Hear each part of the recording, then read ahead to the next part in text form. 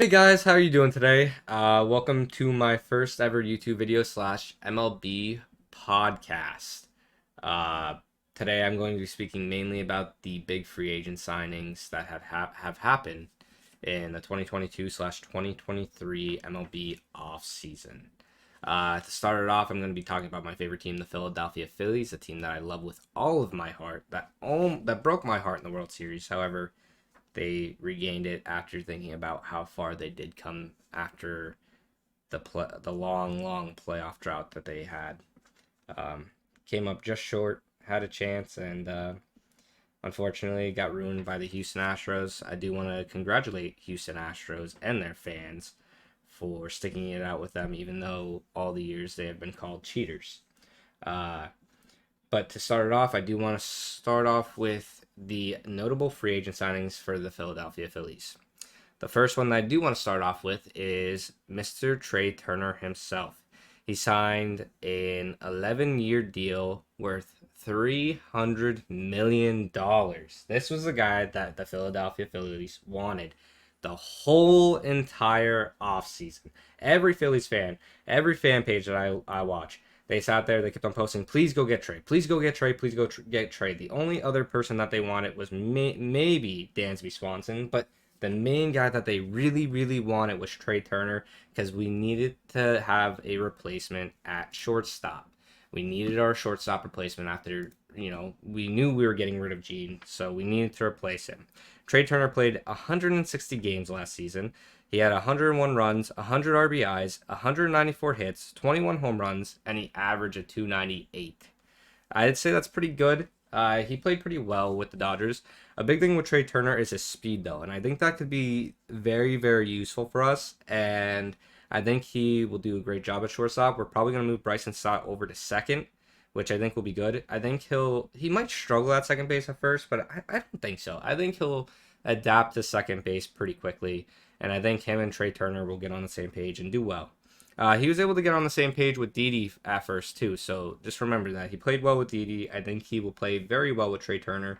I think that was our best free agent pickup signing besides the next three that I'm going to talk about. But Trey Turner, I think he will make a huge, and I mean a huge impact on the Philadelphia Phillies. The next guy that I wanted to talk about was Tawan Walker. 4 years, $72 million deal. I think this is big because he could help out our starting pitching staff. I think he'll definitely help out because we'll have, in my opinion, I think we should have Zach Wheeler at the 1, Nola at the 2, Ranger at the 3, and Walker at the 4 now. I think that will be a pretty good, I think that will be a pretty good rotation. I think that will help us out. He played with the Mets last year. We stole him off the Mets. He really wanted to play with the Phillies. He played in 29 games. He pitched 157.1 innings. He had an ERA of 3.49, and he had 132 strikeouts. His record was 12-5. That is a pretty good record and a pretty good ERA for a starting pitcher, and I think he will fit in with the Phillies quite well. It'll help our starting pitching rotation. And honestly, who knows? Maybe it'll take the pain off of the relief pitchers as well. Talking about relief pitching, and continuing with the pitching, we picked up Matt Strahm from the Red Sox. Now, this man really wanted to come to the Phillies. This man sat there and declined offers that were bigger than our offers just to come play in Philadelphia. He understands how electric this city could really be. He saw it when in Game 3 of the World Series where we went up 7-0. This place is insane. Philadelphia is a place that you definitely do want to play if you're playing in baseball. He pitched in 50 games. He had 44.2 innings pitched. He had an ERA of 3.83, and his record was 4-4. His record is something to worry about a little bit, especially with the Phillies, because the Phillies have always been known for a bad relief pitching rotation. We haven't really had too many reliable guys. However, they were I'd say the relief pitching actually was really reliable in the postseason. Regular season, not so much, but I think the postseason, they really shined. They came in when we needed them, and they really did well. Alvarado did well. Sir Anthony did pretty well. I'd say those two did pretty well. David Robertson, I'd say he pitched in here and there. Uh, even Thor came in and pitched relief here and there. Remember, Yeah, I know he started one game against the Braves, but he was known for relief pitching last year, really with us. Um, and continuing with the pitchers, this guy actually just finalized his deal with us just like a day or two ago from when I'm recording this. Craig Kimbrell. He signed for 1 year, $10 million. I know he agreed verbally, like I'd say a week ago, but I just got a notification on my phone a day or two ago that he finalized his deal finally. He will be our closing pitcher for sure. He was a closer with the Dodgers, and since we lost Zach Eflin, we really, really needed a new closing pitcher. And I think Craig Kimbrell is going to be the answer. And I hope Philadelphia fans mock him like they mocked him when he was on the Braves. I hope they do his arm thing when he's in his rotation. And I think he'll honestly love it. I think he'll laugh about it when he's pitching. Hopefully, it doesn't throw him off too much. But looking at his stats, he pitched in 63 games. He pitched in 60 innings. His ERA was 3.75. His record wasn't so good. He had a 6-7 record, but he had 22 saves. The 22 saves is pretty good. And again, if he was technically a closing pitcher, a 6-7 record, I don't know. I don't think that's again. It's a little worrisome, but I don't think it's that bad, especially looking how many saves he had. I mean, add those saves to the win and loss column. Technically, you'd have 28 wins and 7 losses. But obviously, those wins don't count for the closing pitcher. Uh, but those are the four main free agent signings I'd say the Philadelphia Phillies had. I think they were big. I do want to go over their key notable losses that they lost this offseason, and we'll start off with the biggest one with Gene Segura.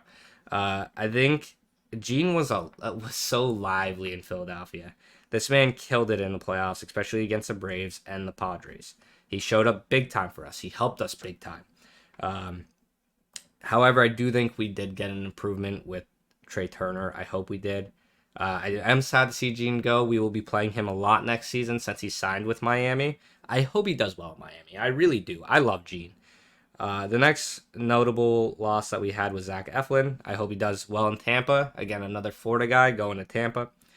I hope he does well in that pitching staff. I don't think he wanted to be just a closer. I think he wanted to go back to being a starter. And I think if that's what he's doing down in Tampa, great for him. I hope he does well. We did lose Noah Syndergaard. I love Noah Syndergaard. I loved him when he was on the Mets. I think he is an amazing pitcher. He helped us in the one game against the Braves, I believe it was in the postseason. I think he'll do well. I forget where he signed, but I think he'll do well wherever he signed. I forget where he signed. And the last one, which I was contemplating not even putting on the list, was David Robertson, but he did help here and there with the relief pitching. And I think without him, I think our relief pitching would have been even worse. So I think it would have been unfair to list the three other guys and not him.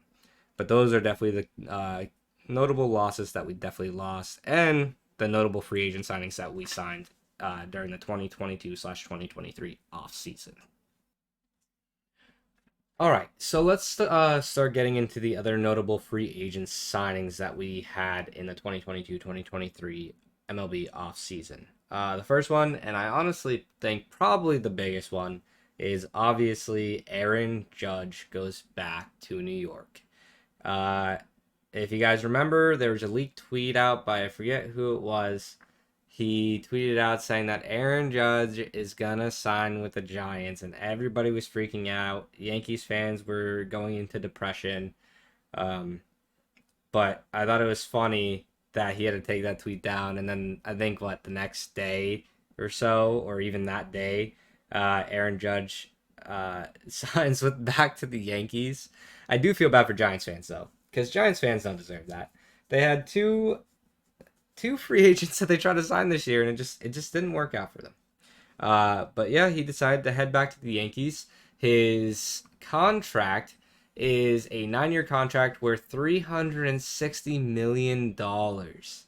That is crazy, but after breaking the home run record, this man 100% deserves it.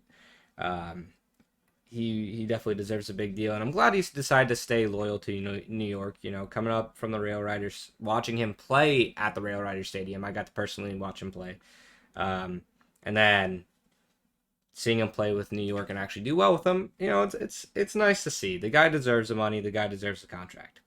The second guy that I'd like to talk about is definitely, well, one that I'd like to mention is Carlos Correa. This man hasn't officially, I don't think he officially signed his contract yet. He he verbally agreed with obviously the Giants at first, and then the Giants, and it was a big deal. I forget what the money was, but it was huge with a lot of years. And then the Giants had they did the physical with him, and the Giants sat there and said, well, your ankle injury from 2014 kind of concerns us about the longevity of your career, which is fair. If you're going to give a lot of money for that many years, you should be worried about it. And everybody was like laughing at them, going, oh, it's just buyer's remorse. That's all it is. They didn't want to spend that much because they want the guy, but they don't want to spend that much. And part of it was probably true about spending that much for that many years for somebody that might not be healthy for that many years. They decided not to sign him, got out of that contract, and he decided to go to the Mets. The Mets offered him a 12-year, $315 million contract. Long and a big amount of money coming out of their salary. And it's kind of crazy because then he went and got a physical, and everybody was making fun of the Giants about it. And the Mets said the same exact thing. In fact, the X-ray of his ankle actually got leaked onto Twitter, and it showed what they were scared of. I'll try to find that X-ray. I'll try to put it on the screen here. But there is something wrong with his ankle, especially just mainly for the longevity. If you're gonna sign him for a 12-year contract, you want him to at least play the majority of it, at least 8 to 10 years of it. At least get your money's worth. That I don't think he signed a contract yet. I think it's still under verbal agreement, and they still haven't decided. I could be wrong though. I just haven't seen any news about it. Going on to the next free agent, Xander Bogaerts leaves Boston for San Diego. This man got an 11-year deal worth $280 million. Big contracts for these first couple notable free agents. The guy deserves it. The guy 100% deserves it. He was killing it in Boston, and the time with Boston just kind of ran up. San Diego, smart move. You guys made it to the wild card just like the Phillies. You snuck your way in just like the Phillies, and we both killed it. San Diego freaking killed the Mets. Then they went on and killed the Dodgers, and they obviously that was big for Padres fans. That's huge to beat the Dodgers, beat your rivals. And then you ran into the Phillies, and you guys did play tough. It's just the Phillies just were on a hot streak, and honestly, with this signing with Xander Bogaerts, you guys get Tatis back. It's huge. So that's big. The next notable free agent that I see is Jacob deGrom. He leaves the Mets for the Rangers. I really think he's gonna thrive with the Rangers. I really do think so, and I hope he does. This man should kill it with the Rangers. I you kind of wonder like how come he kept on getting hurt over and over again with the Mets. Do you think it's their training staff? Like he just kept on getting hurt. He got sick of it, and he decided to finally leave. Everybody thought he was going to go to the Braves, including myself. I really thought this man was going to go to the Braves and spoil our fun with trying to go and win the division. But instead, he goes to the Rangers and tries to help a team that needs the help. I respect it. His deal was worth 5 years, 185 million, and he does deserve it. He deserves that 5-year contract. The next notable free agent, which actually brings a smile to my face, is Dansby Swanson goes to Chicago and leaves Atlanta. And it's not because he just left Atlanta that it brings a smile to my face. It's because of the reasoning why. But before I get into that, let me state the details of the contract. It's a 7-year contract worth $177 million. But the reason why he left Atlanta to go to Chicago was because his grandfather's second favorite team was always the Chicago Cubs. Yeah, their hometown was Atlanta. He left his hometown team. That had to be tough. But it seems like he's just trying to do his grandfather proud. And I'm telling you, his grandfather is definitely proud of him, no matter what. And I hope at one point he does win a championship with the Cubs. I really hope he could bring a championship to his grandfather's first favorite team and his grandfather's second favorite team. That'd be amazing. The next free agent, again to the Yankees, is Carlos Rodon. Good starting pitcher. I was hoping the Phillies would go and get him, but after spending the big money on Trey, and I had a feeling they weren't going to spend the big money on this guy. He got a 6-year contract worth $162 million. He leaves San Fran to go to New York and try to help New York get a championship there, and it'd be their first one since 2009. The next notable free agent that I have on the list, it's actually two of them. I decided to put these together because they go to the same team. They re-signed to their same team. Nimmo and Diaz, Brandon Nimmo and Edwin Diaz, go back to the Mets. Brandon Nimmo signed an 8-year contract worth $162 million. Edwin Diaz signed a contract worth 5 years, $102 million. Two good pickups by the Mets, 100%. 100%. Edwin Diaz, you know, they get to play their trumpets over and over again at their own home stadium. He killed it as a relief pitcher last year. And Brandon Nimmo, he is a reliable center fielder. So it was a very, very good pickup on their end. The next one that I have on my list is not Ben, that's his brother. Justin Verlander goes to the Mets. Again, a new Met. They lose Jacob deGrom and they go and pick up Justin Verlander. In my opinion, I believe this is a downgrade. Then again, Verlander doesn't get hurt. But the only reason why I say it's a downgrade is because Verlander's good in regular season. His regular season form is pretty good. Postseason, he kind of tends to choke things a little bit more. I know in the World Series game 1, he choked it pretty hard against us. We had they had a 4-0 lead, 3-0 lead, and we came back. It's not all on Verlander, but at some point you got to put the blame on him a little bit. However, I mean, it's still a solid pitcher that you pick up, and you know it helps your pitching staff out, especially with a huge empty hole, letting Jacob deGrom go. The next player that I'd like to talk about is Wilson Contreras. I think I'm saying that right. He is going to St. Louis. St. Louis has two big holes they need to fill between losing Albert Pujols and Yadier Molina. The contract. I didn't even say the contract for Justin Verlander. I apologize. The contract that Justin Verlander got was 2 years, $86 million. Almost $87 million, honestly. Back to Wilson Contreras. He signed a 5-year deal for $87.5 million. They filled the hole of Yadier Molina, not all the way, but they filled it by getting Wilson Contreras. He's a solid catcher. He went from the Cubs to St. Louis. The Cubs, I don't think, really gave him a shot. They kind of gave up on him when they were getting rid of everybody. But him going to St. Louis, I think, is big. He's got to fill the shoes of Yadier Molina, which I don't know if any catcher really can do that. Yadier was such a great catcher, and he will definitely be in the Hall of Fame one day. But it's still a good pickup by St. Louis. You got to fill some holes, and you found a catcher possibly to fill that hole. The next notable free agent, this guy I really do like. He is a first baseman, and he is heading back to the New York Yankees. Anthony Rizzo. He signed a 2-year, $40 million contract. Shocked me a little bit. I didn't think he was that happy in New York, but I guess he was. I was hoping he would actually go back to Chicago. I wish he went back to his home. Honestly, that is his home. It was sad to see him leave the Cubs and go to the Yankees, but you know, he was thriving. He's thriving with the Yanks. He really is. He's killing it there. The next free agent, excuse me, it's another guy that decided to stay with his team, but he decided to stay with this guy decided to stay with his team. This notable free agent, his name is Clayton Kershaw. He decided to stick with the Los Angeles Dodgers for at least one more year.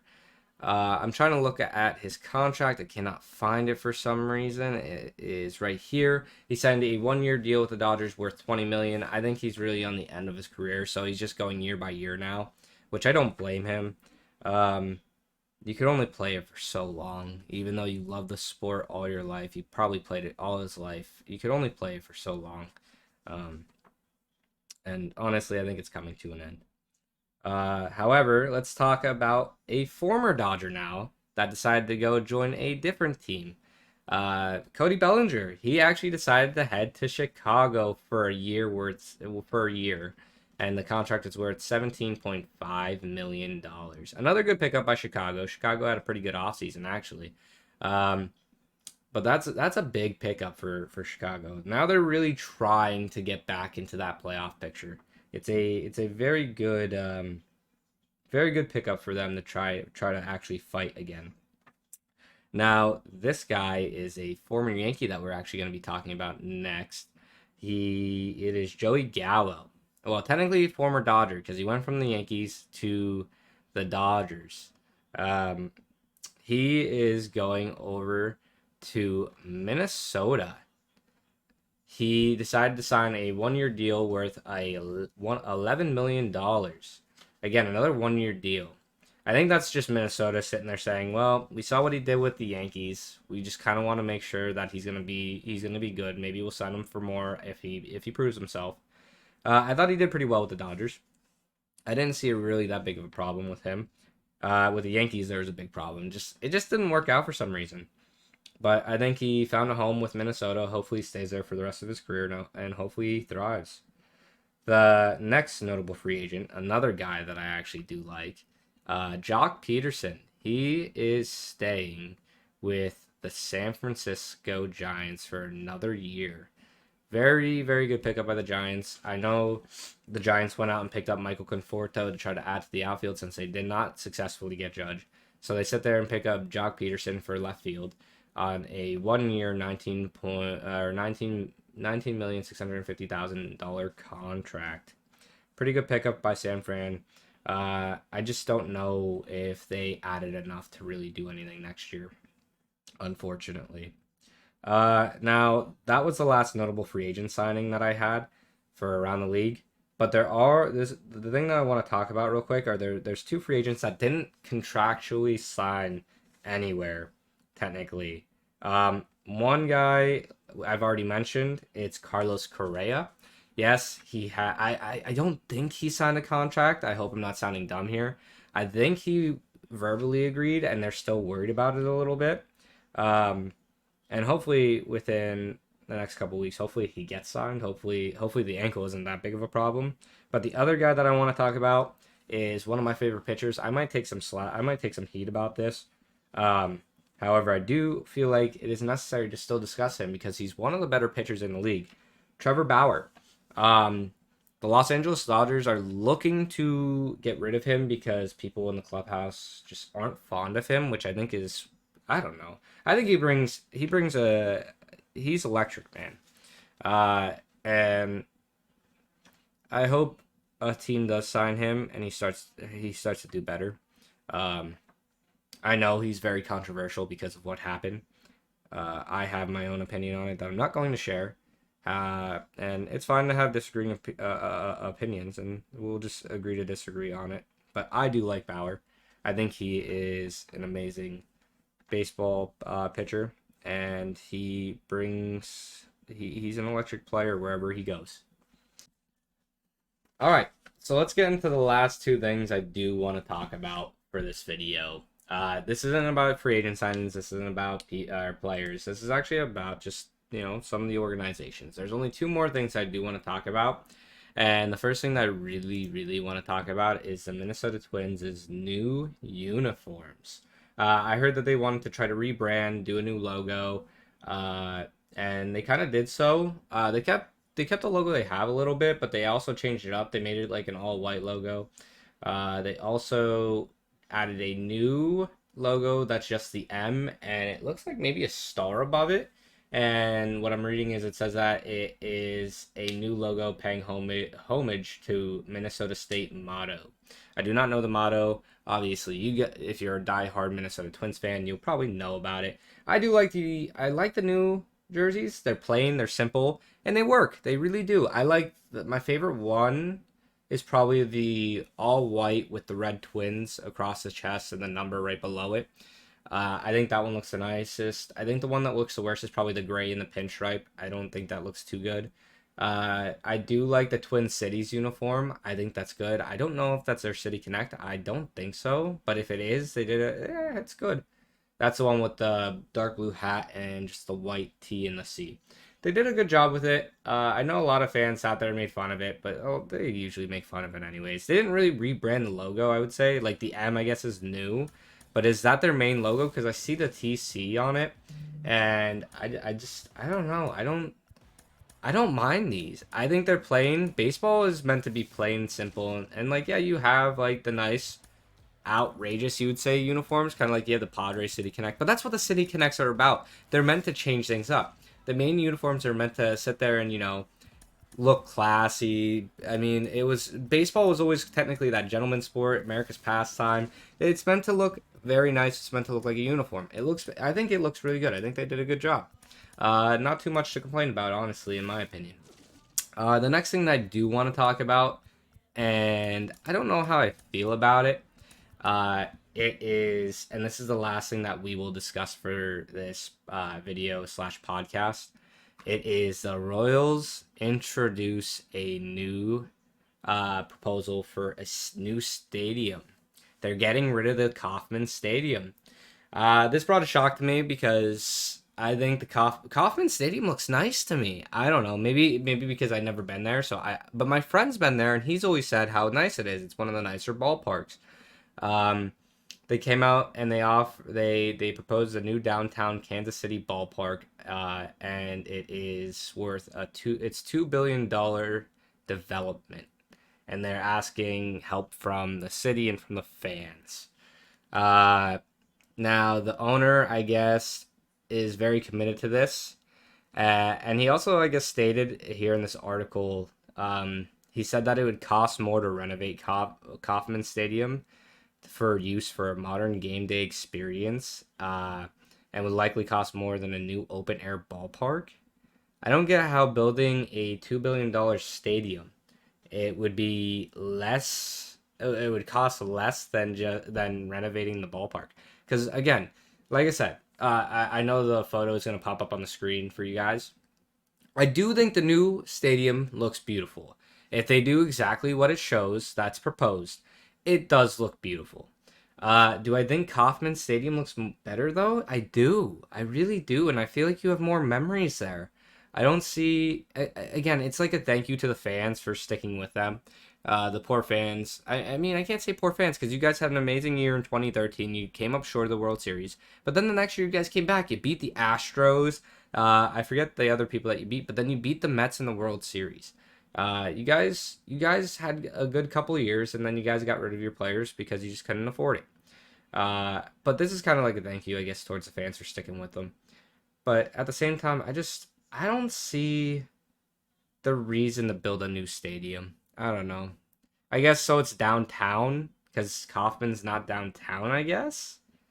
And it looks like in here they even say they don't pay homage to Kauffman Stadium really at all. The only thing I could see is there is a crown on the scoreboard. So if you want to sit there and say, yeah, they pay homage that way, I don't know. I mean, that's just part of the Kansas City Royals, you know. Um, let me know what you guys think about it because I don't know. I don't like the idea of a new ballpark. I know it's gonna come in a couple years, so you still have Kauffman for a couple more years. Um, but they're already talking about a location. They're already talking about how long, the time frame, location, and all that. So it looks like they're just gonna keep going with it. If you're a Royals fan, let me know how you feel, especially if you go to the games and you live nearby. I think like is if Philadelphia did that to the Phillies and built a new ballpark like that, I don't think I would like it. I love the way the Philly Stadium is, and it's just I don't know. I think it's definitely it's gonna be a change. I think maybe people would like it after it's there for a couple of years because I know a lot of fans. I looked at the Instagram of the Royals when it first got introduced, and a lot of them were not happy. Uh, but again, if you're a Royals fan and you actually go to the games and you go to the stadium, or even if you're not a Royals fan but you go to the stadium because you live close, let me know. Let me know how the stadium is because it's confusing on why they did it. But that is the end of my first ever YouTube video slash podcast. Let me know how you guys liked it. If you did like it, please leave a like, comment, engage on the video.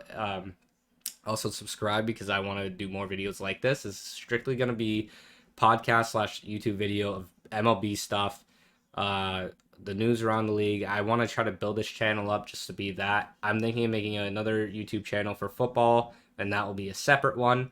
I kind of want to separate them.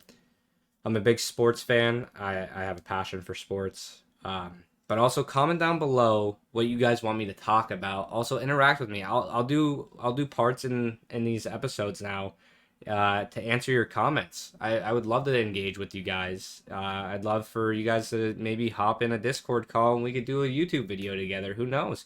I'd love to discuss things with people. This is right now a one-man podcast, and I would love to change it to where I could possibly interchange people here and there, maybe get people to stay. I think it would be a cool thing. So feel free to comment down below. Let me know how you guys liked it. If you didn't like it, tell me what to change. Tell me what to do differently. Tell me if I should talk slower. I know I talk fast. Um, but yeah, please engage because that's the only way I know you guys like these videos. I love you guys. God first.